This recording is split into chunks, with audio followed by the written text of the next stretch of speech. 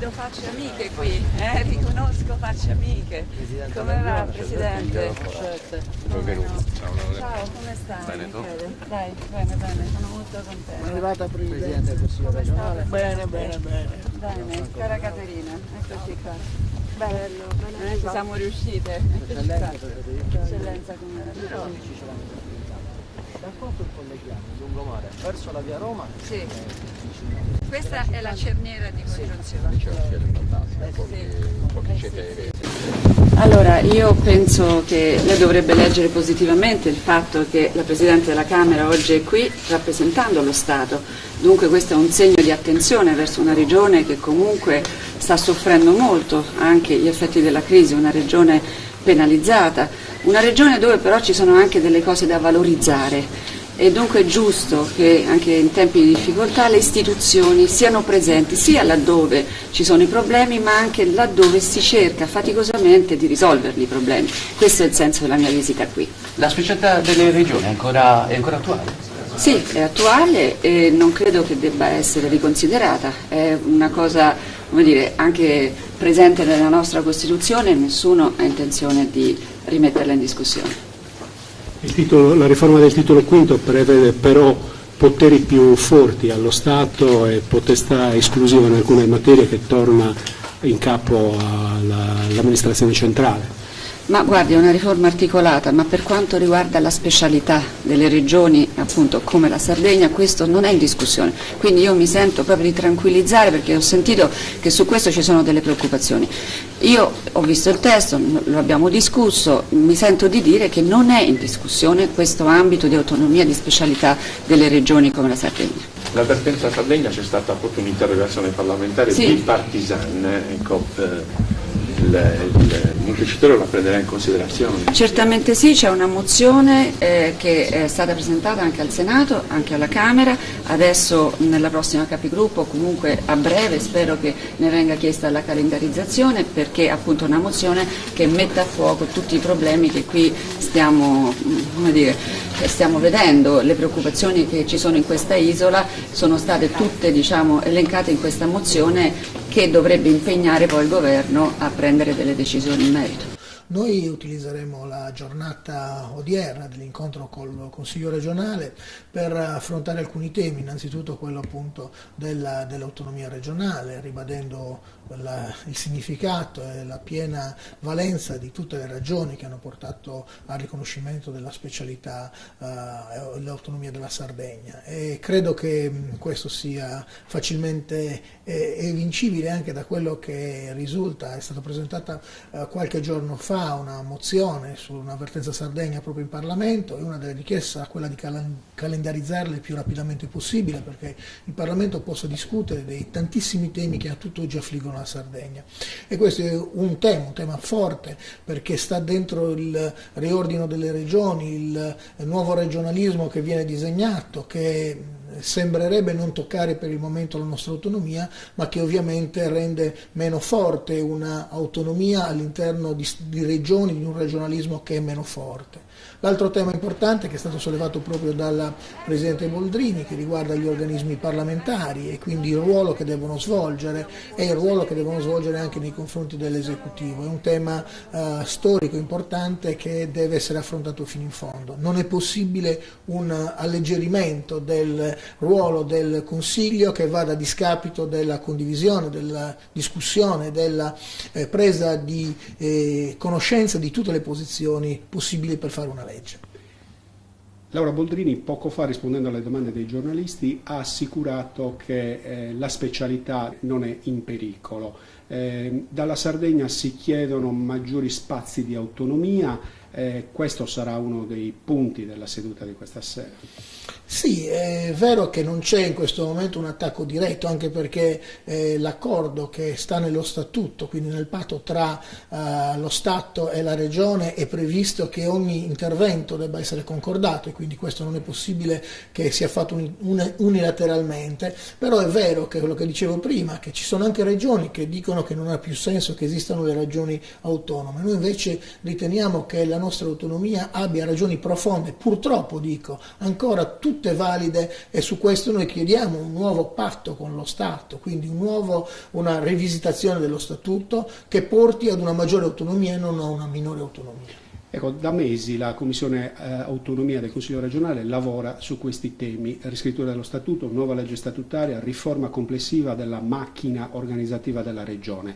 Si parla da anni di riforme. Lei crede che in questa legislatura finalmente ci sarà il varo di queste importanti riforme? Ma io credo che la riforma della Regione sia ormai cosa già avviata, debba essere portata a compimento, ma che questo sia un dato ormai sostanzialmente compiuto. Esiste un impegno forte che è quello della legge statutaria, su cui la Commissione è già attivata, inizieranno a brevissimo le consultazioni con tutti gli organi, perché evidentemente trattandosi di un problema delicato che riguarda anche i rapporti tra esecutivo e Parlamento, gli organi rappresentativi degli enti locali come il Consiglio delle Autonomie, sono tutti quanti argomenti delicati che richiedono un'ampia condivisione e quindi un'ampia fase preliminare prima di definire i provvedimenti, però credo che questo sia un obiettivo facilmente raggiungibile. Mentre invece sulla riforma dello Statuto ovviamente i tempi e la criticità sono diverse. Esiste un dibattito attuale se sia opportuno aprire un fronte di questo tipo, di rivisitazione dello Statuto oggi, oppure se non sia più utile lavorare sulla conquista di maggiori spazi che sono già contenuti, sia pure limitatamente, nello Statuto attualmente vigente. Io credo che abbia un senso però ragionarci sopra e iniziare a pensare anche a una rivisitazione dello Statuto. La ringrazio molto. Ecco qui gli studenti. Come va? Buongiorno a tutti. Ciao. Come state?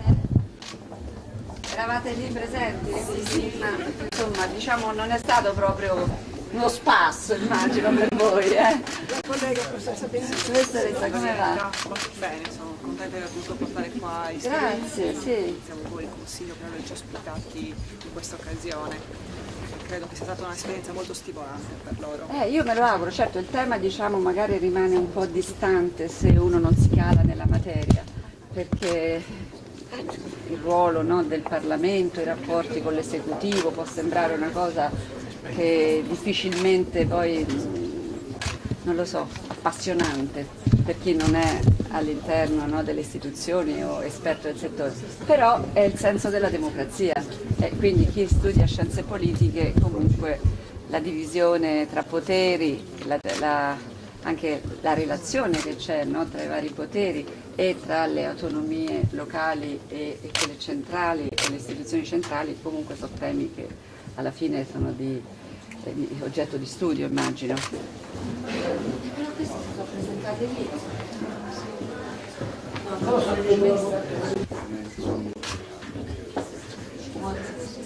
Oriana Puzzolo, segretario generale della CISL Sarda.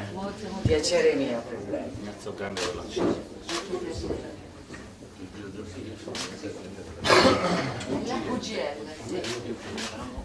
Molto piacere. Intanto io vi ringrazio per la presenza, ma ringrazio soprattutto la Presidente Boldrini che ha accolto una richiesta che io mi sono permesso di fare a nome di tutti. Veniamo da una crisi, anzi una cancellazione di tutto quello che era l'industria nella nostra regione.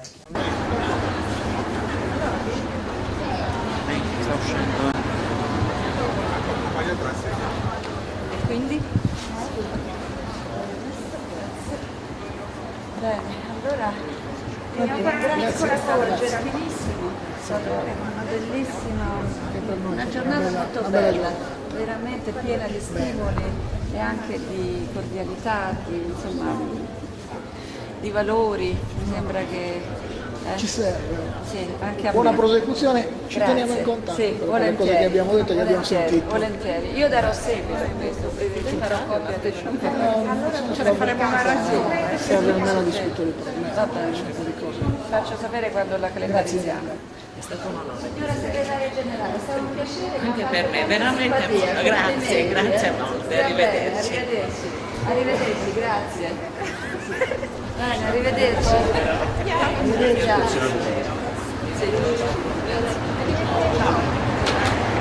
Poi, ciao. Arrivederci, grazie. Arrivederci. Arrivederci signora. Buonasera. Grazie. Arrivederci. Arrivederci, ciao. Arrivederci signora, tante belle cose. Quello che ci siamo detti è quello che ci diciamo sempre, non c'è niente di segreto, nel senso che abbiamo parlato dei temi, abbiamo provato a cercare di capire se c'erano delle strategie praticabili, delle inversioni di tendenza anche nelle politiche regionali. Sicuramente c'è tanto da fare. Abbiamo chiesto un riconoscimento ancora una volta della nostra diversità, della nostra specificità e un ruolo pieno della nostra autonomia, nel senso che tutta una serie di situazioni, di rapporti con lo Stato che sono spostati esclusivamente a favore dello Stato devono essere in qualche maniera rivisitati. Le ragioni della specialità ci sono tutte, perché l'arretratezza che noi abbiamo nei campi critici, che sono quelli poi che non consentono di fare lavoro, che portano allo spopolamento delle zone interne, dalla viabilità ai trasporti, per dirne due banali, all'energia a basso costo che non c'è, non esiste, perché siamo l'unica regione che non ha il metano e che non può utilizzare questa energia per le industrie a un costo così come tutto il resto dell'Italia e quindi è meno competitiva. E quindi insomma, abbiamo fatto un escursus su queste cose e mi pare che insomma, lei sia rimasta favorevolmente interessata. Ha preso un impegno che è quello di accelerare, me l'ha ribadito adesso, di accelerare l'iter per la discussione alla Camera della mozione sull'avvertenza Sardegna che è stata presentata da deputati e senatori, che andrà appunto alla Camera il più rapidamente possibile, che pone praticamente tutti i temi che abbiamo affrontato. Poi io qua prendo un impegno che insomma ci siamo detti così, che è quello che noi siamo a disposizione ovviamente delle forze sindacali. Non ci sono formalità per venire a parlare col Presidente del Consiglio e con i capigruppo consiliari, noi riceviamo, ahimè, tutte le vertenze che arrivano qui con manifestazioni senza neanche preavviso spesso, perché credo che sia giusto così. Abbiamo difficoltà a dare risposte perché noi facciamo leggi e abbiamo anche difficoltà a trovare soluzioni, perché oggi la crisi è talmente radicata, è talmente grave che quello che manca sono anche gli ammortizzatori sociali. Se gli ammortizzatori sociali non arrivano e i sindacati li quantificano in 180 milioni di euro circa, se non arrivano questi ammortizzatori sociali noi abbiamo delle situazioni che saranno assolutamente ingestibili, perché ci sono famiglie che non ricevono la cassa integrazione da mesi, c'erano qui quelle della Legler 15 mesi senza stipendio. 15 mesi senza stipendio significa una vita per una famiglia. Oggi viviamo un dramma. A me pare che la Boldrini abbia ben compreso qual è la situazione reale, quali sono le preoccupazioni di tutti. Poi credo che ognuno debba fare di meglio, io per primo, con il ruolo che ho, che è un ruolo di governo del Parlamento sardo, dobbiamo sforzarci tutti perché la situazione è drammatica e a questa situazione dobbiamo dare risposte. Io lascerei la parola.